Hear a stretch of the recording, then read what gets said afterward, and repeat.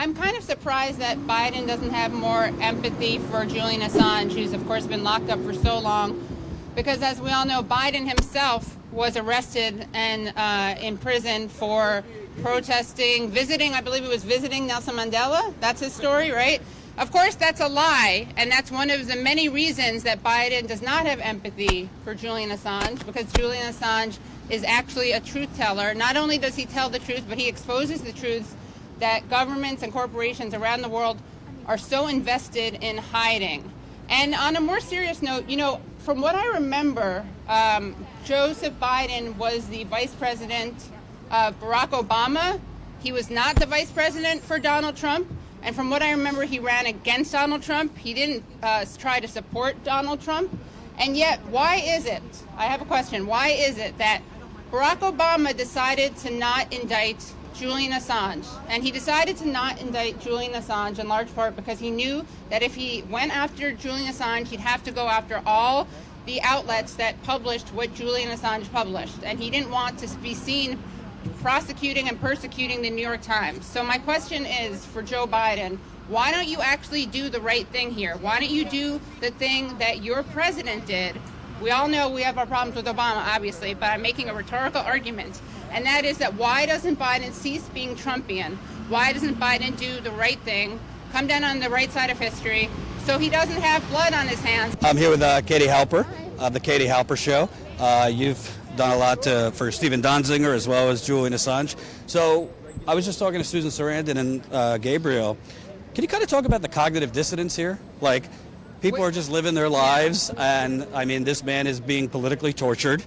I hate to say it, but he's slowly dying. I mean, he just had a mini stroke. But it seems like the world moves on, particularly in our media. Yeah, and it's not hyperbolic to say he's being tortured, right? Because Nils Melzer, who some people referred to during this event, who was the UN Special Rapporteur on Torture, who has a great book out, by the way, called The Trial of Julian Assange, he is someone who his mandate is to determine whether people are being tortured. And he determined that Julian Assange was definitely under, and he breaks it down because he's a very learned man, and he has these different criteria for torture, and he's definitely being tortured. He's definitely been tortured. I think that the silence around this from the media is pretty disturbing. It's not shocking anymore, but it should be shocking. You have covered it a lot, so I want to tip my hat to you also. And yeah, the dissonance, I mean, I just keep thinking about, it really drives me crazy, the whole discussion of Trump which he was, like he was an attack on the Fourth Estate, attack on free speech, on the First Amendment. But why is it okay? Yeah, I know they're talking. Sorry. Why is it okay for Biden to be siding with Trump? And when I bring this point up, obviously I bring this point up as someone who's very critical of Obama, but I think it's a worthwhile point to make for people who aren't already with us on Assange, we don't have time to necessarily deprogram them about Obama and his drones. Take them away from Maddow. Yeah, exactly. Yeah, you can keep your Maddow, and you can, because Maddow once at least said something about Assange. I mean, it's incredible that all these people who praise themselves for being champions of free press and the First Amendment, the Fourth Estate, you know, who position themselves as on the receiving end of Trump's attacks, like, are they just in denial? Is their loyalty to the security state, the national security, the intelligence community, is that what it is? It's so important to them that they don't care about a free press? Right. I mean, it is stunning, and it's infuriating. And then you get people who say, oh, he helped. I mean, people have no idea what he's been charged with. They don't know the fact that something else we didn't even have time to get into because there's so much to cover, but the fact that their star witness, the state's star witness against Assange, is a convicted sex offender, embezzler, who's been diagnosed as a sociopath or psychopath. I'm sorry about that. I don't want to I'm not defaming or libeling him because it's one of the two.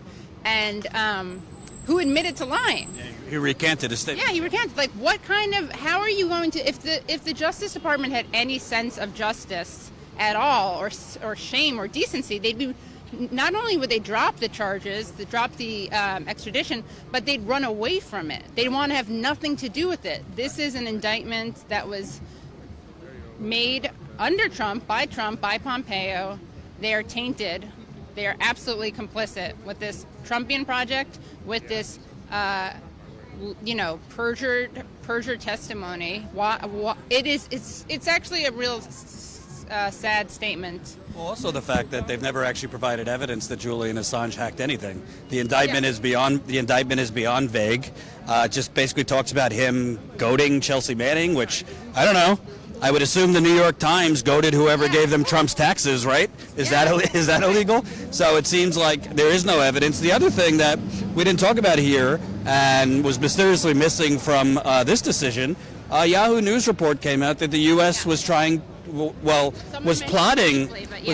to kidnap and assassinate Julian Assange, which I don't know, call me a cynical Susie, I would find it hard to believe assurances from a country that they're going to treat him, humanely in prison if they were plotting to assassinate him. Right. Another aspect of it, right? So this is, again, hi, Merrick Garland. I thought you were a decent guy. I didn't really think that. But you sell yourself as decent, not Trumpian, right? So why don't you actually drop the extradition, because you are literally pursuing something that is Trumpian, that is tainted by a witness who recanted, and tainted by Pompeo's CIA, which discussed kidnapping and killing Julian Assange. Right. It is a total.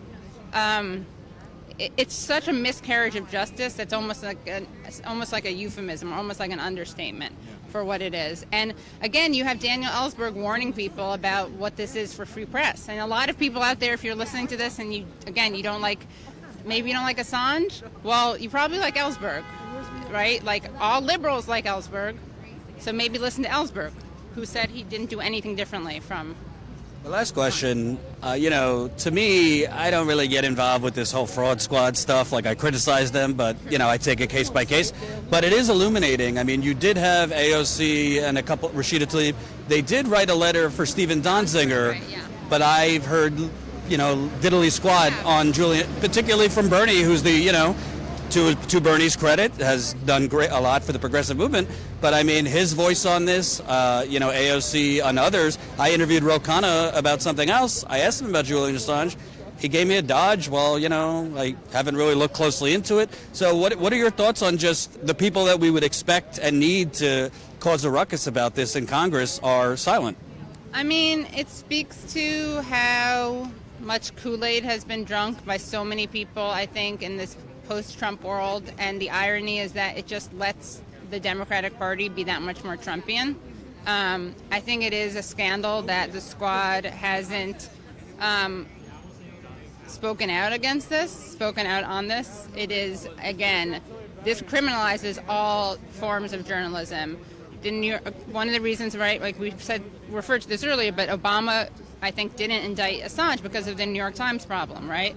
And the New York Times, which co-published a lot of this stuff. Yeah, so if what he did was so criminal, then so was what the Times did. But of course, so that's why they went on helping Manning figure out the password, which many people would consider just part of journalism. When you're exposing state secrets that show war crimes, and I think Snowden has a point where it says something about how, like, if you get in trouble for revealing crimes, and we're living in a criminal society. Mm-hmm.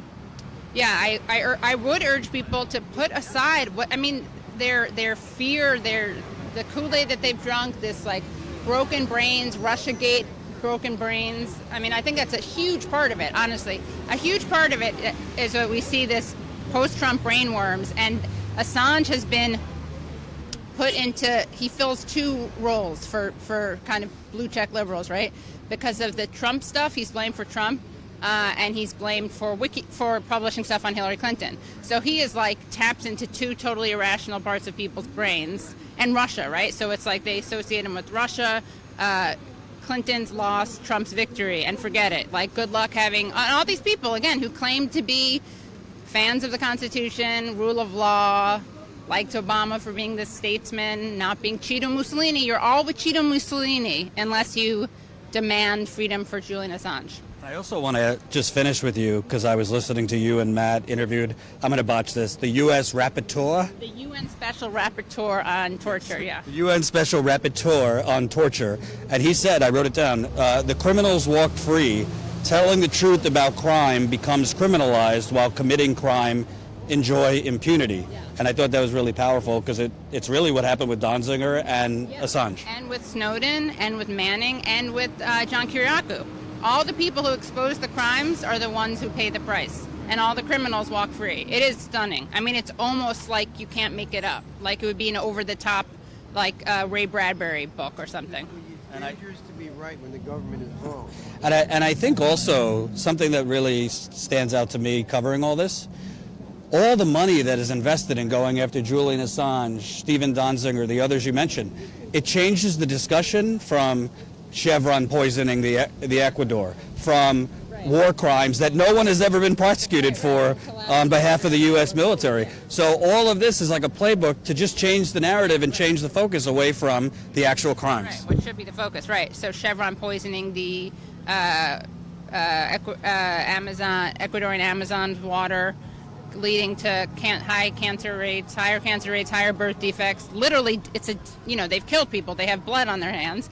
So does the U.S. government, and we know that. I mean, we know that if you study history, but we also know that from Collateral Murder, which is the video that Chelsea Manning leaked and that Assange published, which shows just like people in the military gleefully shooting down people who are unarmed. I mean, they're unarmed. They know. And a Reuters journalist. And a Reuters journalist, yeah. Where's the outrage about that? Why aren't we up in arms about that? And really, anyone who thinks that the Pentagon Papers were a contribution to freedom, democracy, a free press, a healthy democracy should be up in arms about this. Because if Daniel Ellsberg himself sees this as parallel, then the rest of us need to. He's the expert. Thank you, everyone. Check her out, the Katie Halper Show on YouTube, and Useful Idiots with Matt Taibbi. There's her button, the Katie Halper Show, and Useful Idiots with Matt Taibbi. Thank you, Katie. Thank you. Appreciate it.